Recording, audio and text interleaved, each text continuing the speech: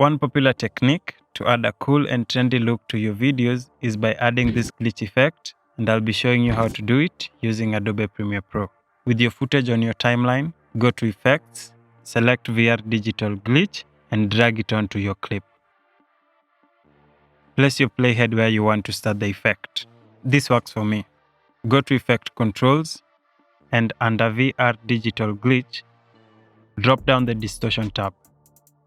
Change the values of color distortion to 100. And scroll down to distortion rate and dial it down to 0, giving it the RGB split look. Next, what we want to do is giving the effect some motion. We will do that by creating keyframes here, by clicking on this stopwatch under Master Amplitude and changing the values to 0.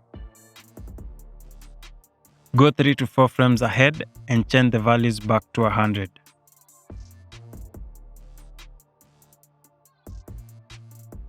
Then go forward 3 to 4 frames again and change it back to 0.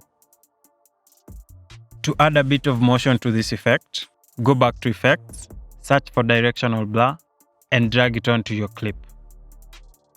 We can use this to zoom on the keyframes.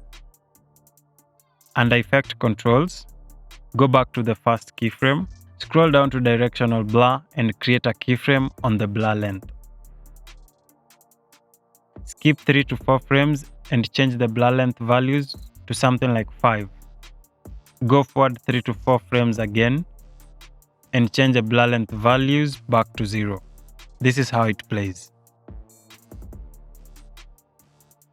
Next, go to the first keyframe and go to Scale. Adjust your scale value to something like 120, but do not set a keyframe. Set a keyframe on position and move 1 frame forward. Reposition your clip by moving the position around, creating a second keyframe. Then go 1 more frame, then click on the reset icon to return the positioning to default, creating a third keyframe. Go 1 more frame again and reposition the clip to your liking, giving us another keyframe. And then go another frame and click on the reset icon to take us back to default, to give us yet another keyframe. Go 1 more frame, reposition the clip to your liking, giving us another keyframe.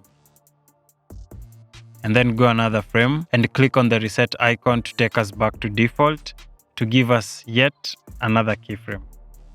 Play back what we have created. Lastly, to finalize on this trendy look, let's add a sound effect.